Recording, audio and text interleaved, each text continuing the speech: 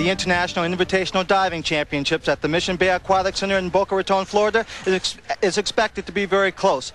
The weather, in a word, steamy. Thunderclouds are threatening this afternoon. All we can do is hope and wait it won't stop the competition. The best divers from around the world are here to test their talents in the last major international tune-up in the U.S. before the Summer Olympics. America's best diver, Greg Louganis, who has already won the 1-meter springboard competition but will not compete in the 10-meter platform due to an injury. He will be with us live this afternoon for an interview. But right now, let's head north to Jim McKay at Pimlico.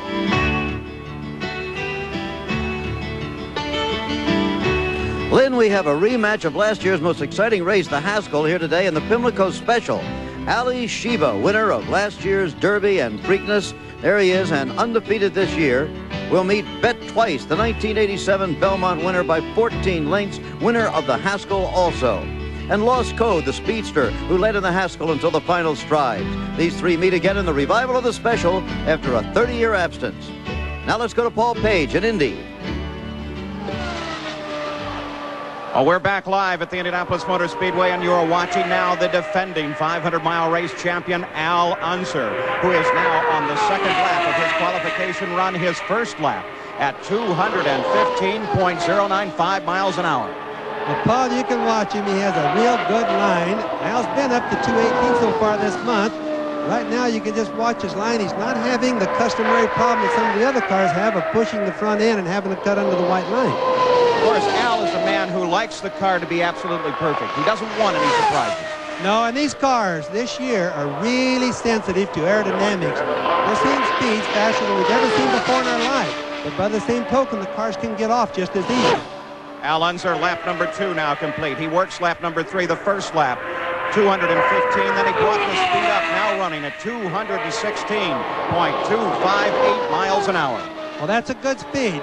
We've seen Mario, who went out earlier. He had a few problems. His speeds dropped every lap. Now, this is the first car that we've seen so far today that's actually gained the second lap. So Al Unser Sr., this is a Penske car, the first time in 4 years that the Penske team has had a Penske chassis ready to go and run fast at the Indianapolis Motor Speedway.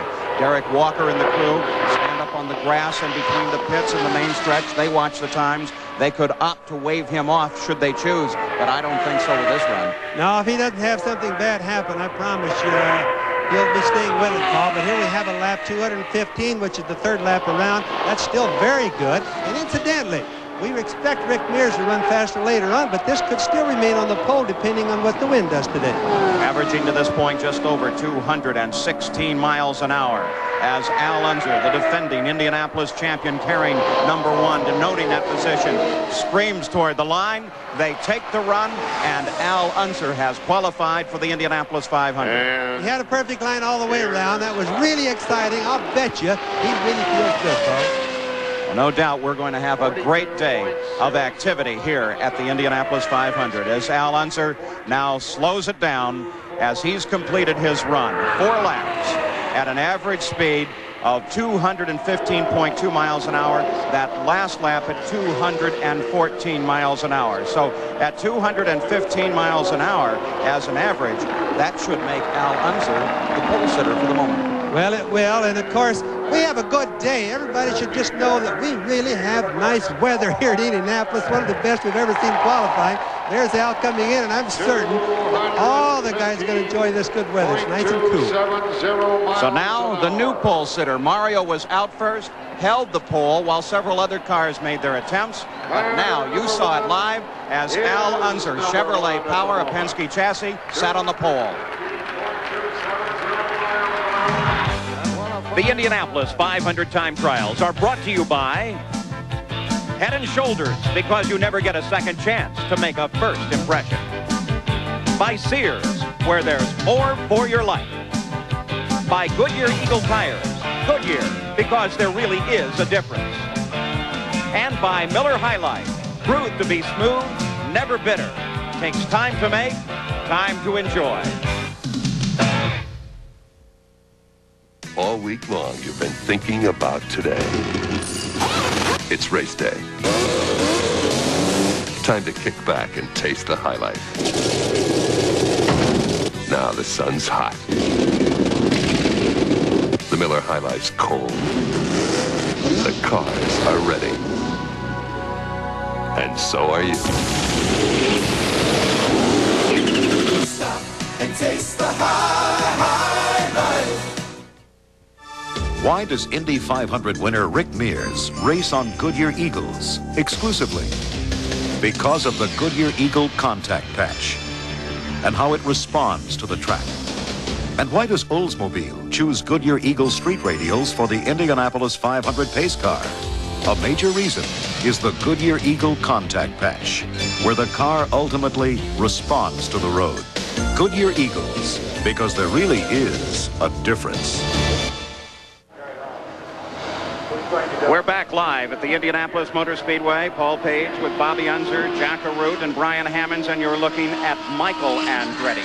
He is beginning to warm his machine up, ready for a qualification run. Already, we have had 5 qualifiers here at the Speedway, and you saw it just a moment ago as Al Unser, the defending 500 champion, averaged 215.2 miles an hour to move into the #1 position. Now remember, that's provisional. The fastest guy of this day will end up in that #1 position. But here's the way they set to the moment. Row 1, Al Unser, and alongside is Mario Andretti, and Kevin Kogan will sit to the outside of the front row. All of this will change throughout the day, and you'll see it all here on ABC. In the second row now is Tom Sneva, and alongside our first rookie qualifier, Scott Atchison. Scott did a good job. We're going to question the 205 miles an hour, whether it's going to stay or not, Paul. That's going to be interesting to watch all day. Now, here are some of the names, the greatest names in the sport still coming up to qualify. Mears, Sullivan, Ray Hall, Al Unser Jr., Michael Andretti. We're watching Michael on the track right now. Now let's go down into the pit area. Al Unser is with Jack Arute. And Paul, Al Unser has literally started off this year where you left off at Indianapolis, on top. But can you sustain it? Do you think that's going to be fast enough for the pole? Well, no, I don't. I think I know that Rick Mears will go by me, and Sullivan's running very quick, and there's a few others that's, you know, in the makings of being able to do it. We'll just have to wait and see. What about the track conditions? We understand that some of the early going, that it was slick, it was hot. They really weren't as conducive as they were all during the week. No, the track has changed a lot. It's funny, I didn't think it would change that much, and we made some changes to the car that we hope would go along with it, and it did, but we didn't make enough. Well, he made enough to temporarily sit on the pole, though, Paul Page. For the moment at least. The last time he was on the pole was 18 years ago in 1970 at 170 miles an hour. 18 years ago and 45 miles an hour slower. Michael Andretti has taken the green flag, is in the first turn now, heading for the short chute as he begins his qualification attempt. He has never been on the pole here. His best start at the Indianapolis 500 was from the outside of the front row in 1986. And we've watched Michael struggling a little bit all week. He's been fast one day and a little bit slower the next day. This morning I watched him when he was a little bit slow, a little bit fast. And I think it's more of an indication, Paul, of how touchy the cars have been in the aerodynamic part this year. The tires. Absolutely. The Goodyear tires are making the cars go tons faster, but they seem to be a little bit sensitive with the air. Michael Andretti has had 4 races here at the Indianapolis Motor Speedway. Lap number 1. Field average to this point is 210.594 miles an hour, and Michael Andretti completes his first lap at 209.766 miles an hour. Again, a slow speed, but when you consider what he has been doing in practice, the fastest, Bobby, that he has gone under totally ideal conditions is 212. He has a March chassis, and they seem to be struggling a little harder. That's part of the story that we will be covering this afternoon. The chassis story, March versus Lola versus Penske, and the engine story as well. Very definitely. The March car, if we remember last year, had some problems adapting to the new radial tires of last year. But this year, the March cars seem to be really quick on the short tracks. There's not his quite crew, as quick Barry on the Green. Barry Green, the crew chief, watches as Michael Andretti comes down the straightaway. They flash a time to him. They actually measure that time up in the 4th turn so that they can anticipate what the time will be when they get to the line, should they need that information for a wave-off. Well, with the new stopwatches, it gives you instant time and speed together, so they're able to do that real easy. Backstretch speed, 215 miles an hour, unofficial. Now, that really isn't an awful lot of speed for a car today. They should be up in the 220 bracket. Second lap in at 210. He picked it up just a bit. 210.315 miles an hour. The average speed for Michael Andretti to this point is 210.040. 210 is going to be plenty fast. It's not going to set on the pole, but it's going to be a good time today, I think, Paul. Keeping it at 210, the third lap completed. 210.585 picks the average up to 210.2.